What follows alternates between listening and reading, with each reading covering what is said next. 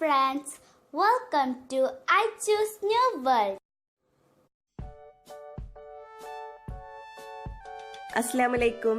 ഇന്ന് ഞാൻ യൂട്യൂബിൽ ഇപ്പോൾ വൈറലായിക്കൊണ്ടിരിക്കുന്ന ഒരു പുഡിങ്ങിൻ്റെ റെസിപ്പിയുമായിട്ടാണ് വന്നിട്ടുള്ളത്. ഇപ്പോൾ തന്നെ എല്ലാവർക്കും മനസ്സിലായിട്ടുണ്ടാവും. ഞാനിന്ന് സ്നോ പുഡിങ്ങാണ് ഉണ്ടാക്കുന്നത്. പേര് പോലെ തന്നെ മഞ്ഞ് പോലത്തെ പുഡിങ്ങാണിത്. നമ്മുടെ വായിലിട്ട് അലിഞ്ഞു പോകുന്ന നല്ലൊരു അടിപൊളി പുഡിങ്ങാണ്. നമ്മുടെ വീട്ടിൽ സാധാരണ ഉണ്ടാകുന്ന 2 ഇൻഗ്രീഡിയൻസ് മാത്രം മതി ഇത് ഉണ്ടാക്കിയെടുക്കാനായിട്ട്. പഞ്ചസാര മുട്ട ഉണ്ടെങ്കിൽ നമുക്കിത് ഉണ്ടാക്കിയെടുക്കാം. അപ്പോൾ നമുക്കിത് എങ്ങനെയാണ് ഉണ്ടാക്കുന്നത് നോക്കാം. അതിന് മുന്നേ എൻ്റെ ചാനൽ ആദ്യമായിട്ട് കാണുന്നവരാണെങ്കിൽ അല്ലെങ്കിൽ ഇതുവരെ സബ്സ്ക്രൈബ് ചെയ്യാത്തവരാണെങ്കിൽ തീർച്ചയായിട്ടും സബ്സ്ക്രൈബ് ചെയ്യണം. സബ്സ്ക്രൈബ് ചെയ്ത തൊട്ടടുത്തൊരു ബെല്ലൈക്കൺ കാണാം. അത് ക്ലിക്ക് ചെയ്യുമ്പോൾ 3 ഓപ്ഷൻസ് വരും. അതിൽ ഓൾ ക്ലിക്ക് ചെയ്യണം. എങ്കിലേ ഞാൻ വീഡിയോസ് അപ്ലോഡ് ചെയ്യുമ്പോൾ നിങ്ങൾക്ക് നോട്ടിഫിക്കേഷൻ കിട്ടുള്ളൂ. അപ്പോൾ നമുക്ക് വീഡിയോയിലേക്ക് കടക്കാം.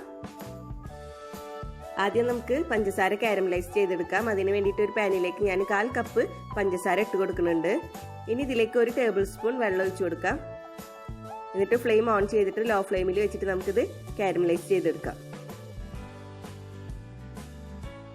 ഈ പഞ്ചസാര മെൽറ്റ് ആവണ വരെ നമുക്ക് ഇളക്കി കൊടുക്കണ്ട. ഇതേപോലെ ലോ ഫ്ലെയിമിൽ വെച്ചാൽ മതി. പഞ്ചസാര മെൽറ്റ് ആയതിനു ശേഷം നമുക്ക് ഇളക്കി കൊടുക്കാം. ഇതൊരു നല്ലൊരു ബ്രൗൺ നിറമായിട്ട് കിട്ടണം നമുക്ക്.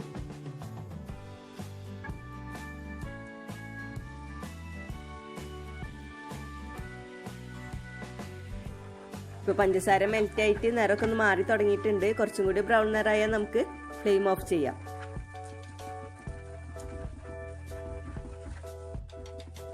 ഇപ്പോൾ പഞ്ചസാര കാരമലൈസ് ചെയ്തെടുത്തിട്ടുണ്ട്. ഈ ഒരു നിറമാകുമ്പോൾ നമുക്ക് ഫ്ലെയിം ഓഫ് ചെയ്യാം. ഇതിനേക്കാൾ ബ്രൗൺ നിറം വരാൻ വേണ്ടിയിട്ട് കാത്തു നിൽക്കണ്ട. ഈ ഒരു നിറമാകുമ്പോൾ തന്നെ ഫ്ലെയിം ഓഫ് ചെയ്യണം. ഇല്ലെങ്കിൽ പുഡിങ്ങിന് കയ്പ്പ് രസം വരും. ഇനി ഈ കാരമലൈസ് ചെയ്തത് നമുക്ക് ചൂടോടുകൂടി തന്നെ പുഡിങ് സെറ്റ് ചെയ്യുന്ന പാത്രത്തിലേക്ക് ഒഴിച്ചു കൊടുക്കണം. നമ്മൾ പഞ്ചസാര കാരമലൈസ് ചെയ്യുന്നതിന് മുന്നേ തന്നെ പുഡിങ് സെറ്റ് ചെയ്യുന്ന പാത്രമൊക്കെ റെഡിയാക്കി വെച്ചിരിക്കണം. ഇത് ചൂടോടുകൂടി തന്നെ ഒഴിച്ചു കൊടുക്കുകയും വേണം. ഒഴിച്ച ഉടനെ തന്നെ നമുക്കിത് പാത്രത്തിൽ ചുറ്റി കൊടുക്കുകയും വേണം. ഈ കാരമലൈസ് ചെയ്തത് പെട്ടെന്ന് തന്നെ കട്ടിയാവും. അപ്പോൾ നമ്മൾ ചൂടോടുകൂടി ഒഴിച്ചിട്ട് പെട്ടെന്ന് തന്നെ പാത്രത്തിൽ ചുറ്റി കൊടുക്കണം. അപ്പോൾ ഈ പുഡിങ് ഉണ്ടാക്കാനായിട്ട് ഞാനൊരു ലഞ്ച് ബോക്സാണ് എടുത്തിട്ടുള്ളത്. നിങ്ങൾക്ക് ഇഷ്ടമുള്ള ഏത് പാത്രത്തിൽ വേണമെങ്കിലും ഈ പുഡിങ് ഉണ്ടാക്കിയെടുക്കാം. മൂടി ടൈറ്റ് ആയിട്ട് ഇരിക്കുന്ന പാത്രം എടുക്കുന്നതായിരിക്കും കുറച്ചും കൂടിയും ഈ പുഡിങ്ങിന് നല്ലത്. ഇപ്പോൾ പഞ്ചസാര കാരമലൈസ് ചെയ്തത് ഞാൻ ഈ പാത്രത്തിൽ ചുറ്റിയെടുത്തിട്ടുണ്ട്. ഇനി നമുക്കിതൊരു സൈഡിലേക്ക് മാറ്റി വെക്കാം. എന്നിട്ടൊരു ബൗൾ എടുത്തിട്ട് നമുക്ക് അതിലേക്ക് 2 മുട്ട പൊട്ടിച്ചിടാം. ഇതിലേക്ക് വേണ്ടിയിട്ട് ഞാൻ 2 മുട്ടയാണ് എടുത്തിട്ടുള്ളത്. നമുക്ക് മുട്ടയുടെ മഞ്ഞ് വെള്ള സെപ്പറേറ്റ് ചെയ്തെടുക്കണം. നമുക്ക് മുട്ടയുടെ വെള്ളം മാത്രമേ ആവശ്യമുള്ളൂ ഈ പുഡിങ്ങിനായിട്ട്. മുട്ടയുടെ മഞ്ഞ ആവശ്യമില്ല. അപ്പോൾ നമുക്കിത് സെപ്പറേറ്റ് ചെയ്തെടുക്കാം. മുട്ടയുടെ വെള്ളയും മഞ്ഞ് സെപ്പറേറ്റ് ചെയ്തെടുക്കാം.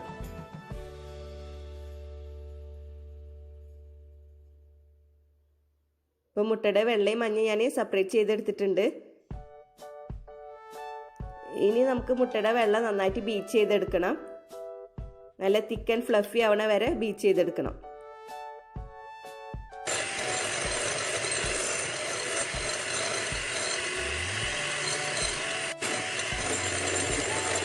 ഇപ്പോൾ മുട്ട നന്നായിട്ട് ബീറ്റ് ചെയ്തെടുത്തിട്ടുണ്ട്. ഇതുപോലെ ഫ്ലഫി ആവണ വരെ നമുക്ക് ബീറ്റ് ചെയ്തെടുക്കണം. ഇനി നമുക്കിതിലേക്ക് പഞ്ചസാര ചേർത്ത് കൊടുക്കാം. 3 ടേബിൾ സ്പൂൺ പഞ്ചസാര നമുക്കിതിലേക്ക് ചേർത്ത് കൊടുക്കാം.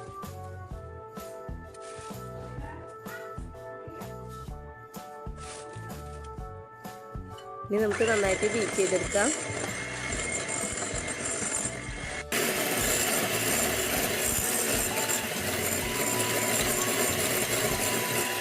ഇപ്പോൾ മുട്ടയും പഞ്ചസാരയും നന്നായി ബീറ്റ് ചെയ്തെടുത്തിട്ടുണ്ട്. ഇനി ഇതിലേക്ക് ഞാനൊരു 1/2 ടീസ്പൂൺ വാനില എസൻസ് ചേർത്ത് കൊടുക്കുന്നുണ്ട്. ഇത് ഓപ്ഷണലാണ്. ചേർത്ത് കൊടുക്കണമെന്ന് നിർബന്ധമൊന്നുമില്ല. ഒരു ഫ്ലേവറിന് വേണ്ടിയിട്ട് ചേർത്ത് കൊടുക്കണമെന്നുള്ളൂ. എന്നിട്ട് നന്നായിട്ടൊന്ന് ബീറ്റ് ചെയ്ത് കൊടുക്കാം. അപ്പം എല്ലാതും ഞാൻ നന്നായിട്ട് ബീറ്റ് ചെയ്തെടുത്തിട്ടുണ്ട്. ഇതുപോലെ കിട്ടണം നമുക്ക്. നല്ല തിക്ക് ആൻഡ് ഫ്ലഫി ആയിട്ട് നമുക്ക് കിട്ടണം. അപ്പോഴാണ് നമ്മുടെ പുഡിങ് ശരിയായിട്ട് കിട്ടുള്ളൂ. ഇനി നമ്മൾ ഷുഗർ കാരമലൈസ് ചെയ്തത് ഒഴിച്ച് സെറ്റ് ചെയ്ത് വെച്ചിട്ടുള്ള പാത്രത്തിലേക്ക് ഒഴിച്ചിട്ട് നമുക്കിത് ആവിയിൽ വേവിച്ചെടുക്കണം. അപ്പോൾ ഞാനിത് ഫുള്ളായിട്ട് ഈ ലഞ്ച് ബോക്സിൽ ഒഴിച്ച് സെറ്റ് ചെയ്തിട്ടുണ്ട്. ഇനി നമുക്കിത് മൂടി വെച്ചിട്ട് ആവിയിൽ വേവിച്ചെടുക്കാം. ഇനി ഇത് നിങ്ങൾക്ക് എങ്ങനെ വേണമെങ്കിലും ആവിയിൽ വേവിച്ചെടുക്കാം. ഞാനിപ്പോൾ ചെയ്യുന്നത് എന്താണെന്ന് കാണിച്ചു തരാം. ഞാനിപ്പോൾ ഒരു സോസ് പാനിൽ കുറച്ച് വെള്ളം എടുത്തിട്ടുണ്ട്. ഇനി ഇതിലേക്ക് ഒരു സ്റ്റാൻഡ് ഇറക്കി വെക്കാം. എന്നിട്ട് ഈ സ്റ്റാൻഡിന്റെ മുകളിൽ നമുക്ക് പുഡിംഗ് സെറ്റ് ചെയ്യുന്ന പാത്രം വെച്ച് കൊടുക്കാം. എന്നിട്ട് ഇതൊരു 15 മിനിറ്റ് നമുക്ക് മൂടി വെച്ചിട്ട് വേവിച്ചെടുക്കാം. ഇപ്പോൾ ഒരു 15 മിനിറ്റ് കഴിഞ്ഞിട്ടുണ്ട്. നമുക്ക് മൂടി തുറന്ന് നോക്കാം. ഇങ്ങനെ തന്നെ വേവിച്ചെടുക്കണമെന്ന് നിർബന്ധമൊന്നുമില്ല. സ്റ്റീമറിൽ വെച്ചിട്ട് വേവിച്ചെടുത്താലും മതി.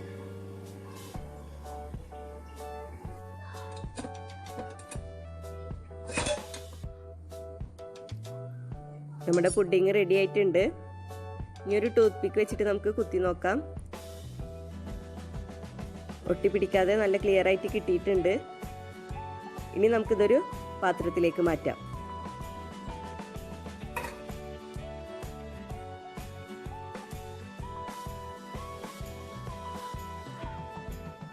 അപ്പോൾ നമ്മുടെ സ്നോ പുഡിംഗ് റെഡി ആയിട്ടുണ്ട്. നല്ല അടിപൊളിയായിട്ട് തന്നെ കിട്ടിയിട്ടുണ്ട്. എല്ലാവർക്കും ഇഷ്ടപ്പെട്ട് കാണുമെന്ന് വിചാരിക്കുന്നു. എല്ലാവരും ട്രൈ ചെയ്ത് നോക്കണം. ട്രൈ ചെയ്തിട്ട് എങ്ങനെയുണ്ടെന്ന് കമൻറ്റ് ചെയ്യണം. ഇത് നമുക്ക് പെട്ടെന്ന് ഉണ്ടാക്കാൻ പറ്റിയ നല്ല ടേസ്റ്റി ആയിട്ടുള്ള ഒരു പുഡിംഗ് ആണ്. അപ്പോൾ നമുക്കിതൊന്ന് മുറിച്ച് നോക്കാം. ഈ പുഡിംഗ് നമ്മൾ വായിലിട്ടാൽ അലിഞ്ഞു പോവും.